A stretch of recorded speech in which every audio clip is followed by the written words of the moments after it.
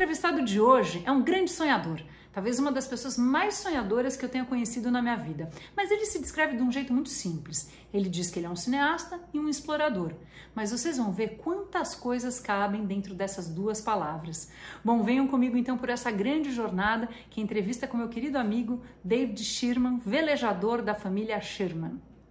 Então é isso, David, é um prazer imenso ter você aqui hoje com a gente. É um prazer estar aqui com você, Luar, bater papo e trocar algumas ideias. É isso aí. Essa série, David, é uma série que eu trouxe pessoas que eu considero super sonhadores, super dreamers, né? E sonhadoras também. E são pessoas que, para além de sonhar, também estão colocando a mão na massa, fazendo coisas, já construindo um mundo que me parece ser um mundo melhor e diferente. Pessoas que são engajadas, que são proativas, né? Então, você é uma dessas pessoas. Nem sei se você sabe, você mudou parte da minha vida, sabia? Acho que Não. acho que vale a pena eu contar um pouco para o público que está assistindo essa nossa conexão. Então foi assim, gente. Faz muitos anos já, eu apresentando um evento, de repente chega o David e o pai dele, né, no evento para fazer uma palestra. Eu fiquei, assim, completamente entusiasmada, assisti a palestra, no final pensei, gente, eu preciso dar um jeito de ir para o camarim conversar com eles. E aí fui, a gente conversou e eu nem imaginava que um dia eu fosse dar uma volta ao mundo. Então, depois de alguns anos, eu tinha o seu contato e comecei a formatar o meu projeto Volta ao Mundo. E falei, não, gente, alguém precisa me ajudar, preciso de um mentor, né? Pouquíssimas pessoas tinham feito essa aventura. E aí, toque, toque, toque, bati na porta da família Sherman e o David, né, lembrou, acho que dessa conexão, e você foi um pai pra gente, porque Oh, que legal. você ficou umas 5 horas do seu tempo ajudando a gente a mapear possíveis problemas, soluções, o que a gente precisava fazer. E eu considero você o grande mentor da nossa viagem. Você e o Argos Caruso, que também é um cara que viajou o mundo de bicicleta. Então, assim, sem a sua luz, eu acho que a gente não teria alcançado o mesmo sucesso que a gente alcançou, passando quase ilesos esses 2 anos de viagem. Então, eu agradeço muito, David. Imagina, um prazer. Que lindo ouvir isso, muito obrigado. Mas é isso, quando a gente vê, né, as pessoas que têm sonho nos olhos, que querem viver, querem transformar, eu acho, o mundo, elas mesmas, isso é contagiante, né? Eu lembro muito, né, de todos os projetos da família e eu acho que é normal, né, de nós queremos se ajudarmos, queremos motivar as pessoas a viverem seus sonhos, por mais maluco ou difícil que seja. Eu fui criado já nesse embalo, então eu sempre me motivo muito e, nossa, lindo e emocionante ouvir isso. Obrigado, obrigadão, Lau. Imagina, David, porque às vezes a gente não sabe o tamanho do rastro que a gente deixa, né? A gente, quando está Não, dentro da gente, não tem muita noção do quanto o nosso eco ele se propaga, né? Bom, então bacana. vamos logo para o primeiro, porque isso é um grande bate-papo, na verdade, né? E eu quero começar fazendo um exercício do sonhar, porque como eu estou falando com sonhadores, eu quero já te perguntar o seguinte, David, se você pudesse sonhar agora um amanhã melhor, como seria esse seu amanhã? Uau, uma pergunta carregada. Eu acredito que um amanhã muito mais consciente, né? Não só uma consciência ambiental, mas uma consciência humana, né? Que eu acho que nós, nos últimos anos, eu acho que depois dos anos 60, o ser humano foi muito atrás, né, da felicidade externa, né? De buscar uma felicidade em objetos, em ter, muito mais do que estar presente, ser e viver. E eu falo dos anos 60 porque eu acho que foi ali o último movimento que teve essa força grande mundial, foi o movimento hippie. Não estou dizendo que todo mundo devia virar hippie, mas deveríamos ter sim essa consciência que esse movimento teve, né? Um movimento que tinha uma consciência ambiental, uma consciência humana, uma consciência de liberdade, de empatia humana. E eu acho que nos últimos anos nós fugimos muito disso, né? E nessa fuga de buscar a felicidade externa, criamos um sistema insustentável de vida, né? Tanto para o planeta como a empatia entre nós seres humanos, né? Basta você ver quantas pessoas estão deprimidas, os desafios que nós temos, as pessoas ainda buscando a felicidade externa, né? Buscando artifícios, remédios e tudo aquilo para tentar, né, fazer com que elas sejam felizes.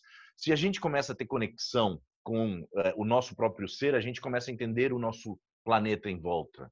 A gente começa a entender que o quão importante é o meio ambiente, o quão importante são os oceanos, as florestas, o ar que a gente respira, aquilo que a gente consome, né? Eu acho que o futuro, para mim, o futuro ideal, né? O que seria essa Terra, é uma Terra muito mais consciente, uma Terra onde as pessoas tivessem um despertar para entender o que é prioridade na vida, né? Não é ter a última bolsa da Prada ou da Gucci, e sim ter uma consciência de, poxa, eu preciso de um planeta melhor para mim, para os meus filhos, para os meus netos, para os meus amigos, para quem seja, e para você próprio. Eu acho que, para mim, seria isso, de ter um planeta muito mais consciente, porque eu acho que a consciência própria, ela acaba expandindo para tudo, inclusive, e principalmente para o meio ambiente, que vem sofrendo aí com tudo que a gente vem fazendo de errado. Você sabe, David, que eu acho que a gente reverbera muito em várias coisas, assim, eu sinto uma proximidade do que você fala com tudo aquilo que eu penso. E tem uma coisa tão curiosa, né? Porque se a gente for analisar a origem dessa palavra, o cosmos, né? Que esse Uhum. mundo até externo que a gente fala, trata tanto dele, ela vem de Pitágoras, não sei se você sabe disso. E na época Não. ele a palavra cosmos, mas com K era antes, né? Aham. Foi Pitágoras que trouxe essa palavra ao mundo, porque ele já olhava que tinha algo além do que essa terra que a gente habita. Só que, curiosamente, se a gente for estudar a história de Pitágoras, ele foi um grande mestre que tinha uma escola de iniciados e ele trabalhava muito o desenvolvimento humano de um grupo enorme de pessoas, muitos discípulos. Então, eu tenho certeza, sim, estudando, ou certeza, né? A gente não pode nunca dizer isso, mas estudando o que ele deixou, o rastro que ele deixou, fica muito clara a compreensão dele de cosmos externo e interno. Então é muito engraçado o que você está falando, porque você está falando da gente ter um mundo mais consciente em termos ambientais, que é o fora, mas também homens mais conscientes. E eu acho que a hora que a gente descobrir que dentro e fora não tem diferença, que o mundo dentro É. e o mundo fora, no fundo, são a mesma coisa, eu acho que a gente dá um salto quântico, sabe? E eu acho que é isso que essa palavra cosmos, é o cosmos de dentro, que a gente precisa tratar bem, e se a gente começa a fazer isso e ser um ser humano melhor, imediatamente a gente trata fora melhor também, você não concorda? Não, concordo plenamente. Eu acho que tem uma coisa interessante que, né, o que nós perdemos com o tempo, né, o que ainda existem nos povos indígenas, por exemplo, né, é a conexão, a reverberação com o seu ambiente, né? Então, o que você faz mal para o mundo exterior faz mal para o mundo interior e vice-versa. E eu acho que nós, infelizmente, nós fomos muito para o cérebro em vez de para a alma, né?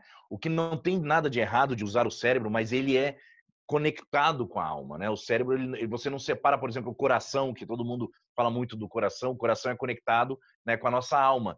Então, quando você separa o coração do cérebro, você tem né, não tem um balanço, então a pessoa fica totalmente cerebral e extremamente infeliz às vezes e não consegue entender o porquê. E aí busca no mundo exterior essa complementação quando está, né, dentro dela.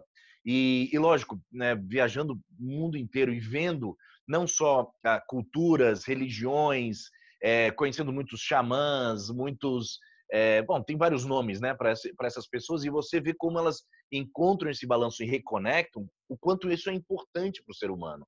E a nossa geração, né, moderna, ela veio só priorizando o cérebro, só priorizando o cérebro. E o interessante que está acontecendo é que tem um ciclo, né? Tudo é cíclico no mundo e tem um Bom, ciclo agora que a gente está entrando, aonde com a física quântica, a NASA agora, né, e os cientistas lá na Antártica descobriram que existem, né, umas partículas atravessando a Terra e que existe a possibilidade de termos universos paralelos, ao inverso do nosso. Isso está quebrando tudo aquilo que o cérebro gostava de botar numa caixinha que era normal. Falando assim, cara, tem algo muito maior, muito mais complexo, né? O mero fato de você assistir algo transforma, né? A física quântica já comprovou isso, muda o aspecto de algo. Você fala assim, olha o poder que nós temos dentro de nós para afetar o mundo externo e afetar nós mesmos. Então, eu acho que é isso. Eu acho que essa busca, né, de conexão de coração e cérebro, de voltar a ter essa conexão, eu acho que é a nossa grande busca e é algo que eu espero, né, que muitas pessoas estão começando a despertar e entender que não é só cérebro. Graças a Deus, né, David? Porque a gente é fruto de Nossa, uma época, de uma era muito mental, muito racional, que está tudo certo também, porque acho que sim, todas as ciências vieram para agregar uma série de coisas, mas a gente é como se a gente tivesse mudado de polo e ficou num polo só. Eu não sei, isso, porque sou uma pessoa que estudo muito filosofia, eu sempre acredito que exista o melhor caminho é sempre o do meio, quando você consegue exato, balancear as coisas. Esse é o estado de coerência que chamam, né? E até tem sim, vários cientistas que se dispuseram a estudar o poder do coração, porque ele de fato é um órgão com uma inteligência suprema. Eles falam que a uhum, melhor coisa é você tentar estabelecer um estado que eles chamam de coerência, ou coherence, entre a mente e o coração. Porque olha que é, interessante que eles dizem. A percepção do mundo, do cosmos externo, ela vem a partir desse órgão aqui, do sentir. Então ele sente, manda para cá, a gente processa nessas múltiplas caixinhas, faz as sinapses, traz toda aquela biblioteca que a gente tem dentro e começa a julgar as informações que vieram do coração. E essas vezes, esse é um caminho meio às vezes cruel, porque é onde uma informação potente que veio daqui dizendo não vai por esse caminho, que é a tal da intuição, ou tipo vai por esse sim, caminho. A gente traz para o nosso cérebro, raciocina a respeito, às vezes várias coisas falam, não, não, não, não, seu coração está mentindo. Então a gente acabou perdendo essa bússola que é muito potente, né? Aliás, acho que até vou alterar aqui uma ordem que eu tinha previsto, te perguntando o seguinte: esta bússola aqui, para você e para sua família, ela já serviu como sentido de navegação? Como é que vocês usam a intuição de vocês nas expedições? ó, a intuição é uma das coisas que eu comprovei, eu fiz uma comprovação própria, né, tanto da minha família eu já via isso, eles eram muito abertos, e aí você passa um momento na vida, eu também acredito muito no balanço, né, que várias culturas chamam o yin e yang, né, a luz, a obscuridão, você tem esse balanço, e esse balanço é importantíssimo, de a Super. gente equilibrar. E tem momentos na vida que você está mais para um lado, mais para o outro. E eu tive um momento na minha vida onde eu falava assim, porque, né, eu sinto uma coisa, mas eu estou querendo ser mais cerebral. E quando eu era bem mais novo. E aí eu falei assim, eu vou testar. Olha que interessante, eu vou testar isso na minha vida. E comecei a fazer teste. Eu vou agora só seguir minha intuição. E agora só o meu cérebro. E óbvio, óbvio, que o que eu seguia como intuição dava certo e às vezes por linhas tortas. Não era o óbvio, não era a maneira mais clara, mas era aquilo que eu sentia que era o correto, né? O que era certo para mim. E depois disso, eu acabei virando uma página na minha vida e seguindo 100% a minha intuição. Eu não questiono mais a minha intuição. Claro que você tem que ser discernimentos, né? Porque as emoções são complexas. Não é algo que vem com um filtro perfeito. Então você debate e essa, né? Esse debate interno é fundamental. Esse debate interno entre cérebro e coração para tentar achar o balanço. Mas eu hoje na minha vida vivo muito. Eu posso até dizer 100% com a minha intuição. Eu não questiono mais ela. Quando ela vem extremamente forte, eu falo assim, entendi. E até interessante porque eu fui pesquisar isso dentro da minha família, com meu pai e com a minha mãe, quando eles começaram lá atrás, um sonho maluco que ninguém tinha feito no Brasil ainda, na América do Sul, de botar uma família dentro do barco para sair navegando pelo mundo.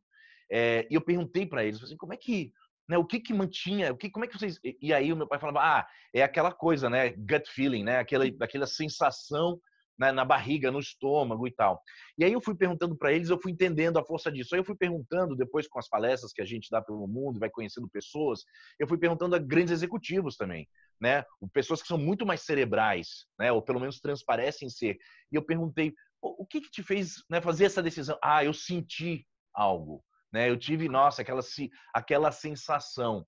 Então, eu comecei a ter essa percepção que as pessoas que têm um sucesso, ou que gostam daquilo que fazem, que têm uma vida às vezes muito mais enriquecedora, e não estou falando só financeiramente, são as pessoas que seguem essa intuição, as pessoas que têm coragem de seguir a intuição. Coragem, falou bem. Porque Coragem. a coragem é uma. E parece tão simples, né? Falar assim, eu senti e vou. Mas não é, as pessoas têm muito medo. E os medos, eu venho descobrindo recentemente, ele vem, obviamente, muita coisa da infância, aí depende de cada um que acredita, mas muitas coisas de vidas passadas, seja genético ou seja de alma, o que, né? Se nós pararmos para pensar a diferença entre meu corpo agora e ele não mais aqui, né, ou morto, vamos dizer assim, a única diferença que existe é essa alma que mantém ele vivo, né? O corpo físico é exatamente igual. ele não muda, né? E são poucas gramas que desaparecem da nossa quando a gente vem a falecer. Então, a nossa alma é o que mantém. E a gente traz isso do passado também, né? Isso vem de outras vidas ou do cosmos, o que seja. E aí as pessoas não têm coragem, não têm a coragem de se arriscar em ir com a sua intuição. E por isso que você vê, né, aquele hamster wheel, né, as pessoas, o ratinho na rodinha, porque é mais confortável ficar na caixinha, é mais confortável não arriscar. Né? E isso vai para tudo na vida, em absoluta tudo.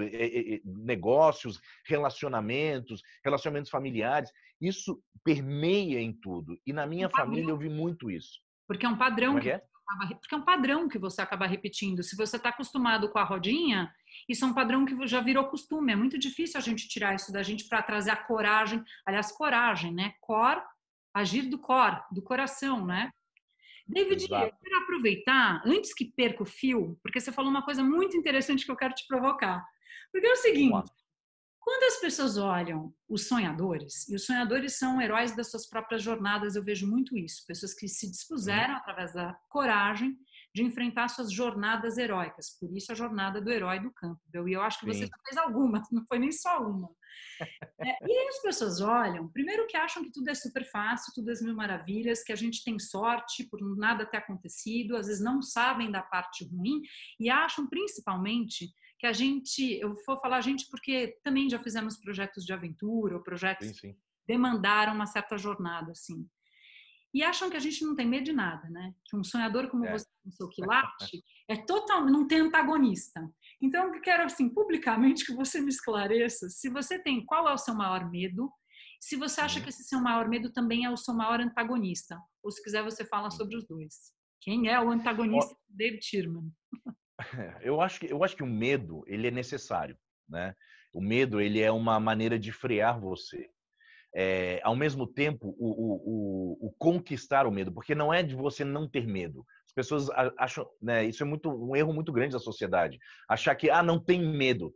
E não é que você não tem medo, você conquista o medo. Né? O medo é algo que você tem que suplantar. Eu tenho muitos medos, né? Como todas as pessoas que estão nessa terra. Medos banais do dia a dia, né? Da onde vai vir o rendimento para viver a minha vida, para ter dinheiro para ter a minha casa, meu filho, educar, medos super normais, medos de será que o projeto vai dar certo? E cada vez mais nós temos essa linha, minha família e eu, de buscar sempre projetos que nos desafiem, né? Que nos desafiam. Então é engraçado, a gente não senta lá e faz, vamos fazer o mesmo projeto. Esses são sempre projetos mais desafiadores, com propósitos às vezes maiores. E tem amigo meu que fala assim, pô, por que você está fazendo isso? Eu falo assim, porque eu gosto desse desafio. Uma vez que você tem coragem, se você suplanta, né, o medo uma vez, e aí a segunda e a terceira, e não é sempre que dá certo, às vezes você suplanta o medo e algo vem, uma onda vem, te bate de volta e você cai.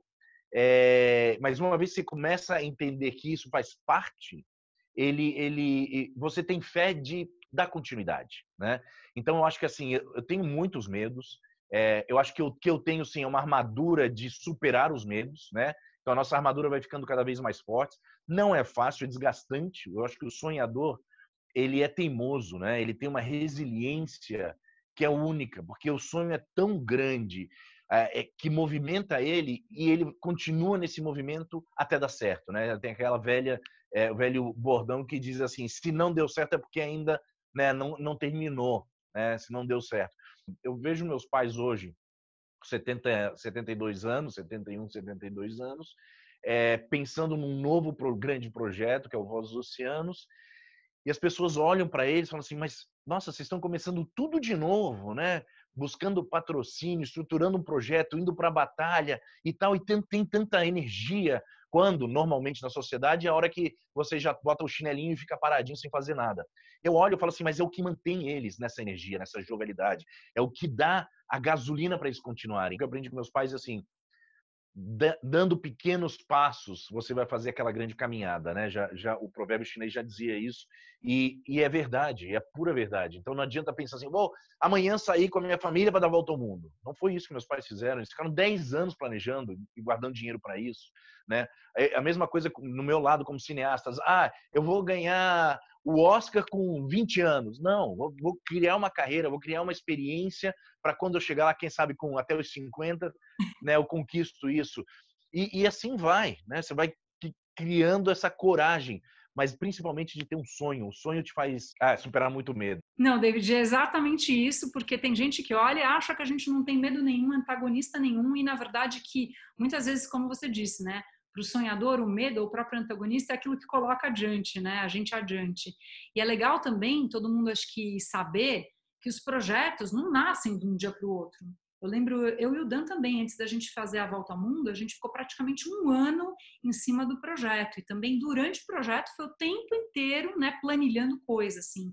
Então, não existe nada que nasça do dia para a noite. As pessoas precisam de dedicação, precisam de carinho, precisam de concentração. E eu acho que os sonhos que acabam se realizando são desses sonhadores mais resilientes, né? Enfim, eu e você somos arianos. E os arianos são super conhecidos pela impulsividade, que a gente vai de cabeça. Rolo compressor. E aí a minha pergunta é, para um ariano, é como nós, mas a pergunta é para você, meu querido, o que faz o David Sherman pensar duas vezes e não agir na impulsividade? Ui! Olha, eu acho que o que eu aprendi a não só reagir na impulsividade com o tempo. Eu brinco que eu, Ariano, aos 21 e eu, Ariano, aos 46, eu acho que de tanto levar paulada na cabeça, você acaba aprendendo que você tem que escutar um pouco. Né? Não muito, mas um pouco. E eu acho que foi isso. Eu acho que foi isso que me fez, né, ter e é consciente, é uma coisa que você fala assim, respira, escuta. Respira e escuta, antes de abrir a boca e falar, antes de agir. Ao mesmo tempo, tem o meu produtor, o meu querido amigo João Roni, que é um cara exatamente o oposto, né, do que eu sou. É uma pessoa muito precavida, que pensa 10 vezes, que quer saber de cada detalhe antes de tomar qualquer decisão. E foi interessante que nós fizemos um filme Pequeno Segredo e nós éramos o oposto de cada um. E um dia ele falou assim, cara, você não precisa ser um rolo compressor, sabe? Você passa por cima de tudo. E eu virei para ele e falei assim, mas se eu não sou o rolo compressor, a gente não vai sair do lugar, a gente vai ficar sempre pensando, overly thinking, cada problema e a coisa não anda. Então eu acho que o balanço certo é esse. Você me dá aquela segurada e eu te arrasto, mesmo você me segurando. Então eu acho que é isso. Né? Como ariano, com o tempo você tenta achar um balanço. Não estou falando que eu já sou calminho, que eu não sou rolo compressor, mas você tenta achar um balanço nisso, né? E eu acho que é só com o tempo mesmo. Eu brinco que aos 21 anos eu era aquele rolo compressor, né? A emoção, a flor da pele, falava tudo e brigava com todo mundo. Com o tempo eu falei assim, calma, eu posso ter essa emoção, eu posso ter essa iniciativa, mas eu também posso escutar um pouco mais em vez de simplesmente agir, né? Mas eu brinco, né? Eu falo que o ariano, todo mundo fala, né, que é o satanares, eu falo não, é o arianjo, né? Porque é o arianjo que faz as coisas andarem, que protege, que vai, que dá um movimento às coisas. Então eu tenho uma visão, eu acho que sem ariano o mundo não teria muita graça. Ariano é ignição, é o ignis, é o fogo primordial que dá a primeira faísca e os outros depois vão atrás. É por isso que eu fiquei muito feliz com a vida que eu escolhi, porque são uma vida de projetos, e cada projeto me movimenta e me carrega, e aí tem um outro, e hoje são múltiplos projetos, né? A gente tem projetos principais, né, colunas principais, mas são múltiplos projetos. Então eu sou muito agradecido dessa vida, né, que eu consigo viver dessa forma, de ter vários projetos acontecendo de várias formas. Não, aproveitando, foi ótimo essa deixa que você me deu, e ó, é incrível, parece que a gente está traçando um roteiro juntos, mas a gente nem tá, porque eu queria te fazer justamente uma pergunta que vai por aí também, porque eu também me sinto assim, eu adoro parir projetos o tempo inteiro, e é engraçado que às vezes eles têm um começo, meio e fim, chega uma hora você fala, ele já esvaziou, vamos para outro, e tem gente, nossa, mas vai pular para outra coisa, mas não é, aquele fogo já queimou o suficiente, já está virando carvão e está na hora de incendiar uma nova história, né? Mas eu quero saber de você, como é que é um sonhador na entre-safra? Porque você não sonha só dentro de uma área, né? Você é explorador, é aventureiro, é velejador, mas você também já foi indicado ao Oscar. Poxa vida, né? Você teve conquistas assim, de um quilate muito grande, né? Para uma pessoa só. Então, como é que é você, como é que é a sua cabeça quando você está na entre-safra dos seus projetos? Eles são o terreno para semear as novas sementes ou dá aquela coisa, parece que você não está fazendo nada e você vai ficando ansioso? Como é que é?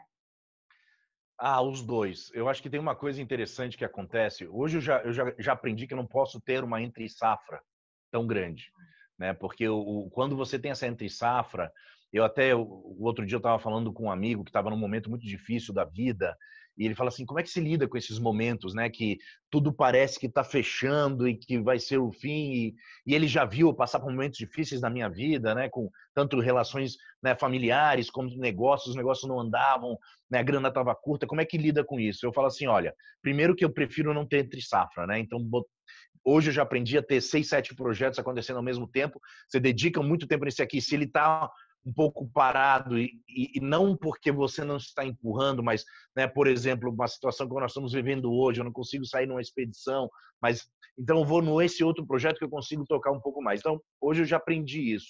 Mas quando existia essa entre safra e quando tem alguns momentos assim, eu faço uma mentalização. Eu me deixo ir ao fundo do poço. E assim, né, com muita consciência. Eu viro uma bolinha, eu me vejo literalmente dentro de uma piscina ou do mar, e eu me viro uma bolinha, eu viro uma bola mesmo, assim, eu vejo meu corpo todo se retraindo e deixo eu afundar até lá no fundo. E aí são dias que eu não quero muito falar com ninguém, eu quero ficar na minha, sabe? Eu dou atenção pro meu filho, mas falo, filho, sabe, eu preciso de um tempinho aqui, eu brinco com ele fica super preocupado. Você tá bem? Tô tudo bem, eu só preciso estar comigo mesmo. E isso, normalmente, pro Ariano, dura 1, 2 dias, né? E aí eu chego lá no fundo desse mar, e aí eu me abro, eu me impulsiono no fundo. Eu abro minhas pernas e eu me vejo isso. Eu me impulsiono no fundo e vou com todas as forças para a superfície. E quem vive comigo e quem já viveu comigo acha que é uma coisa assim milagrosa e bizarra, porque por 2 dias eu tomo uma bolinha fechada e no terceiro dia eu saio com a energia de conquistar qualquer coisa no mundo. E é assim, uá, sabe, sai com tudo. Você tem que mentalizar, mas deixar, sabe, essa entre safra ou esse momento pesado te consumir. Ele consome todo. Você não pode entrar numa depressão e ficar lá no fundo. Você tem que sentar, chegou no fundo, se impulsiona e vai lá para cima. E quando você sai com energia renovada. Antes eu tinha 1, 2, 3 projetos e aí vai, aí fica frustrado. Hoje eu tenho vários projetos. Eu tenho a sorte de ter vários projetos e nas áreas diferentes, como você falou. Então eu tenho 4, 5 projetos de filmes que estão acontecendo agora, simultaneamente. Tem uma grande expedição da família, uma outra expedição muito pequena para o final do ano, e está tudo acontecendo ao mesmo tempo. E é onde eu gosto de estar, é onde eu gosto de, sabe, eu vou para um, eu vou para o outro. Às vezes, né, toma muita energia de você, mas, né, como ariano ou como sonhador, é o que você precisa, né? Eu tenho um exemplo que aconteceu muito bacana há uns 7 anos, 6 anos atrás, quando nós tivemos os 2 maiores projetos, né, que estavam correndo dentro da nossa empresa, família e tal, que era o Pequeno Segredo e a Viagem Expedição Oriente, né, uma grande expedição com uma construção de um barco novo, né, com tecnologia revolucionária sendo construída no Brasil, e ao mesmo tempo um grande filme sobre a história da minha irmã e tal. Os 2 projetos aconteceram simultaneamente. Assim, a expedição saiu, um mês depois eu estava no set fazendo a pré-produção do filme com 180 pessoas na equipe. Então, assim, caramba, né? A gente só esquece de pedir para o universo para acontecer um de cada vez. Ô, David, agora só voltando um pouco para a sua técnica subaquática, quando você me narra ela, parece um pouco daquela partícula subatômica, que depois ela tem a força de uma partícula minúscula, bum! É meio Big Bang também, né? E aí a minha pergunta é o Nunca seguinte: tinha pensado nisso. quando você faz isso, porque eu acho que pessoas aqui podem se entrar em correspondência, né? Sentir uma sintonia para tentar fazer isso em casa também. E você diz que você vai para as profundezas dessa água, que eu acho que até também é um contraponto de tanto fogo que você tem. Então, para entrar em contato com as emoções, porque a água é emoção. Nesse momento, a minha pergunta é: você está só esvaziando, esvazia, esvazia, esvazia, esvazia, esvazia, vira nada, tela negra ou tela branca, e depois volta com tudo, e daí vem a criatividade, a faísca, ou já lá dentro desse poço que você chama lá profundo, das profundezas dessas águas, dessas emoções, você já tem, você só levanta quando a intuição vem ou quando o próximo projeto chega. Não, para mim é quase como se você pegasse a tua energia inteira e você comprimisse ela, né? E deixasse ela num núcleo muito, muito pequeno, mas sem pensar em nada. Eu realmente, quando eu vou nesse momento, eu não deixo nada me afetar, sabe? Eu não deixo assim, ai, tá, o problema, ai, isso, ai, eu preciso tocar. Eu realmente vou, eu sou fiel a isso, a virar, sabe? É aquele sol que está brilhando e você deixa só o core, assim, lá no fundinho. Eu silencio tudo que tem em volta. Porque quando eu abro, não quer dizer que tem um novo projeto, uma nova coisa. Às vezes eu estou com os mesmos projetos acontecendo, mas eu me recarrego. Que você entra no modo de meditação profunda, só você, sem nada do exterior, né, te afetando. Quando você sai, né, no meu caso, que eu explodo para fora de novo e aquela expansão, várias soluções começam a vir. Não quando eu estou lá embaixo, mas quando eu saio. Ah, putz, agora eu sei como é que eu vou resolver isso. Agora eu sei como é que nós... Não, vamos por aqui. As coisas começam a ter uma clareza muito maior. Que lindo, David. Eu acho que a gente, ao longo dos projetos, ao longo da nossa vida, a gente também vai juntando algumas sujeiras, né? Alguns excessos, alguns cansaços.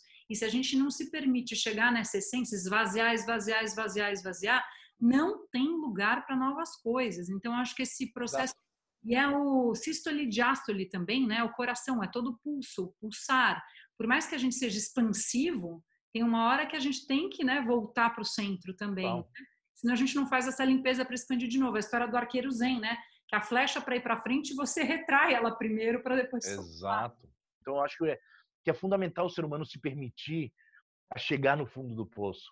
A falar assim, eu não sou o super-homem. Né? Quando eu vou nas universidades dar palestra e tal, eu falo assim, abrace a vida e entenda que a vida é picos e vales. E isso vai acontecer, não importa o que você faça no seu destino, ele é feito para ser assim.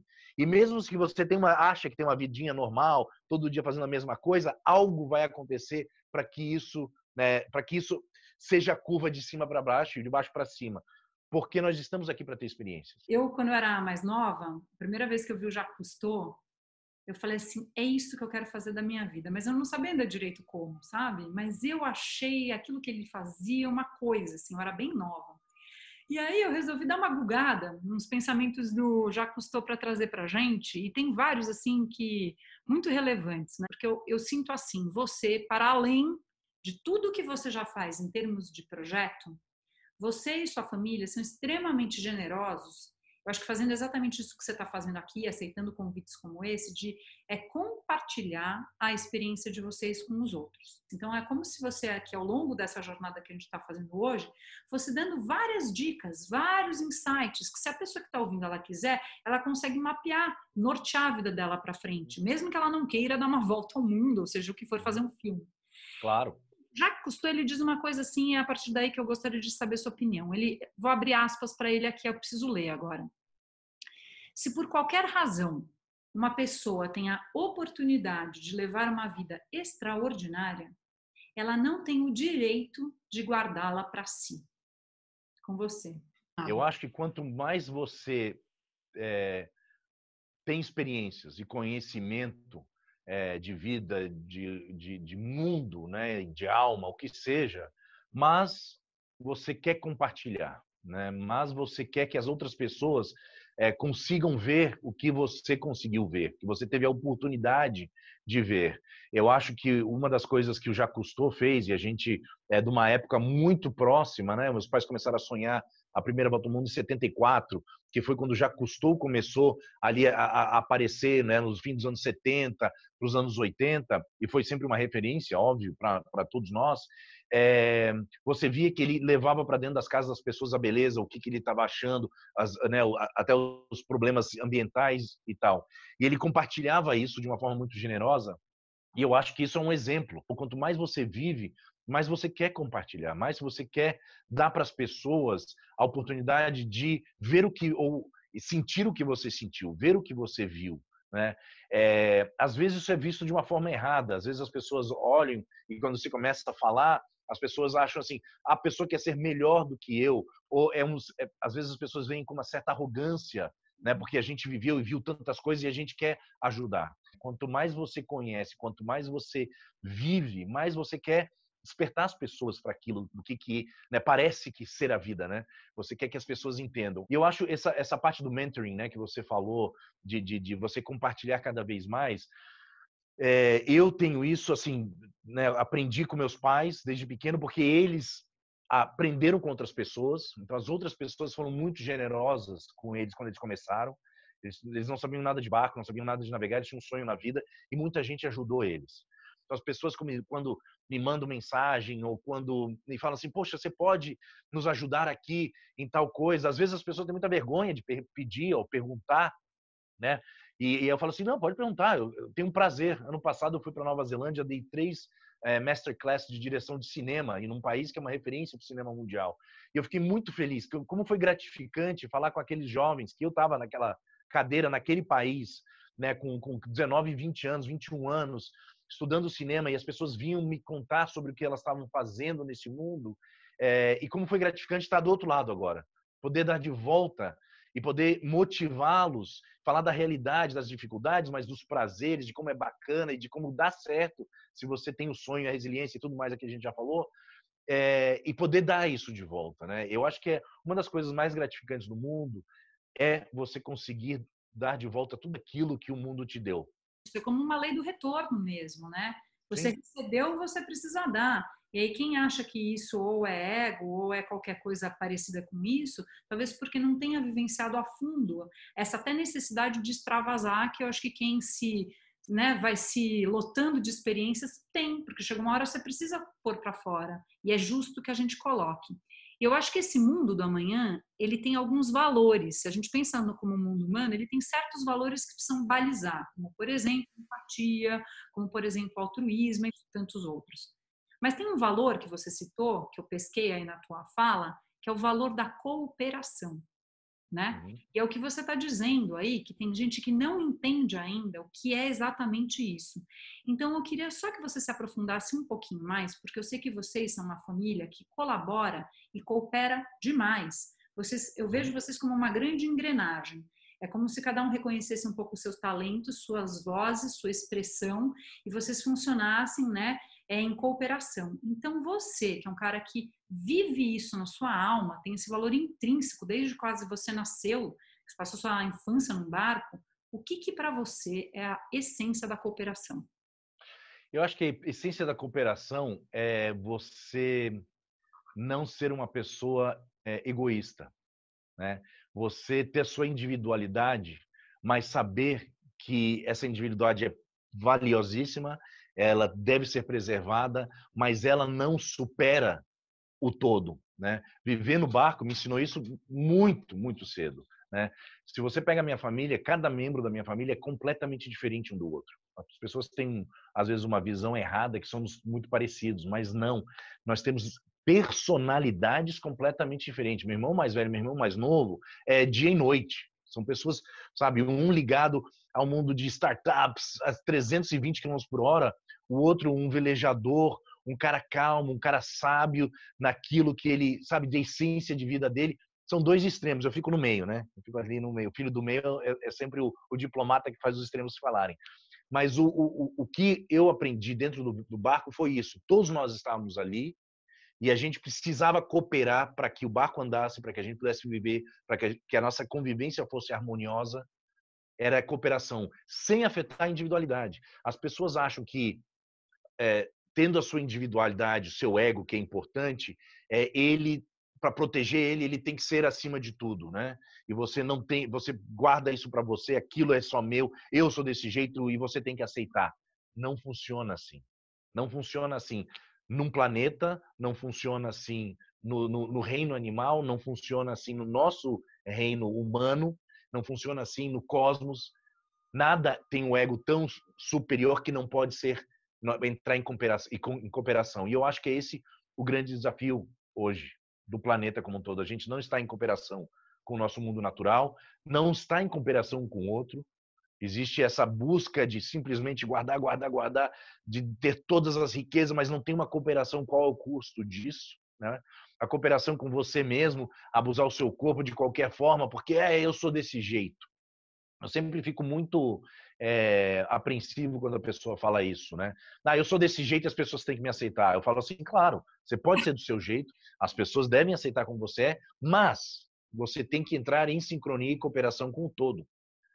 Ou você vai pegar e vai viver sozinho no meio de um lugar que a natureza vai te ensinar que é uma cooperação, ou você aprende a fazer isso, né, na sociedade ou com as pessoas que estão em sua volta. Essa cooperação é a maior dificuldade que o ser humano tem, porque é uma briga com ele mesmo, de manter a sua individualidade, manter o seu ego, manter aquilo e, ao mesmo tempo, cooperar. Né?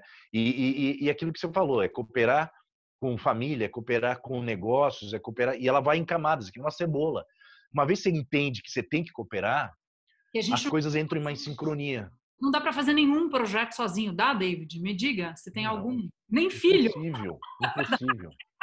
Não, e é muito interessante isso, né? Você fala com as pessoas, né? Como o nosso amigo Amir Klink, você fala com pessoas que já subiram montanhas muito altas. Todos eles, todas essas pessoas, às vezes que tiveram um momento de solidão ou solitário, né? O Amir remando o Atlântico, ele estava, né, com pessoas ajudando ele para fazer o planejamento, pessoas falando com ele no rádio quando ele estava lá no meio do oceano sozinho. Então, é uma cooperação. Ninguém no planeta faz nada 100% sozinho. Isso é muito importante. Ao mesmo tempo, né, que você diz isso, você tem que ter, né, a segurança de si, volto a dizer, do seu indivíduo, né, para você também não virar só cooperação. Eu faço tudo que os outros querem e não tenho a minha coluna central. Não, você tem a sua coluna central e você entra em cohesion, como a gente diz em inglês, né? Você entra em sincronicidade com o mundo em tua volta. E é muito interessante, né? Porque em algum momento da tua fala anterior, eu já tinha tido uma lembrança do Walt Disney, depois fugiu e agora ela volta, porque para mim ele é um dos maiores sonhadores do mundo, ele fez o mundo da fantasia dos sonhos, colocou, né, isso como uma grande realidade. E quando a gente estuda, tudo se chama Walt Disney World, Walt Disney, tem sempre leva o nome dele em todo sonho que ele realizou, mas quando a gente vai estudar a fundo a história dele, na verdade, que existe uma segunda pessoa que é base de tudo que ele fez, que é o Roy, né, que é o irmão dele, o Roy. Sim. E tinha uns talentos complementares de administração, organização, porque o Disney era caótico. E sem a cooperação com essa outra figura muito central, certamente ele não teria feito nada, porque ele sonhou, mas o Roy estruturou. Então, eu acho que se a gente for estudar a história de todos os grandes sonhadores, eles tinham perto deles essas pessoas que Com certeza. estruturam, né, os negócios, e eles não navegam sozinhos nunca, né, David? Nunca. Não existe, né, o ser humano, mas isso é reflexo em qualquer ambiente, você pode ver isso, né? Eu acho que o melhor exemplo é quando você olha para o mundo natural, você olha para os oceanos, você olha para a floresta, ali é uma cooperação 100%, né?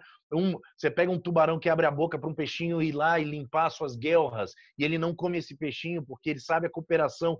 Isso, no mundo animal, é diário e fundamental para a sobrevivência. O nosso desafio aqui como ser humanos hoje, com esse cérebro, é que a gente esquece disso. Né? Ele é algo natural nosso, a gente sabe que existe, mas o cérebro quer dizer que é só nós, aí ele envelopa esse ego numa coisa só. Uma das coisas interessantes que aconteceu, né, e aí falando agora muito mais né, da minha família como negócio, como marketing e tudo mais, uma coisa que eu fiz um estudo para entender por que nós somos diferentes, às vezes, que entra um jogador de futebol ou outro indivíduo que joga em time, mas, né, que é valorizado o indivíduo, foi que, naturalmente, isso não foi pensado, a família Sherman, com seu nome Família Sherman, criou um grupo. Né? Então, você tem o Wilfredo e Heloísa, meus pais, que, né, sempre foram à frente disso e propositalmente, porque eles, né, são pessoas incríveis e gostam de falar e se comunicar. E agora passa por um momento onde os filhos ajudam a contribuir e vira um negócio muito maior do que o Wilfredo e Heloísa, do que eu, do que o Wilhelm, do que o Pierre, e agora tem netos envolvidos, e começa a virar uma unidade de uma ideia, de um consenso, e que ela vai expandindo. E o meu sonho é que isso vire algo que não fique mais personificado em pessoas, e sim nesse nome, ou que signifique algo. Olha que interessante e que bacana, porque já nasceu sem ter o ego de uma pessoa. A gente encerra agora a primeira parte desse bate-papo gostoso que eu tive com o velejador e amigo David Sherman, mas convido você a seguir com a gente na segunda etapa dessa jornada.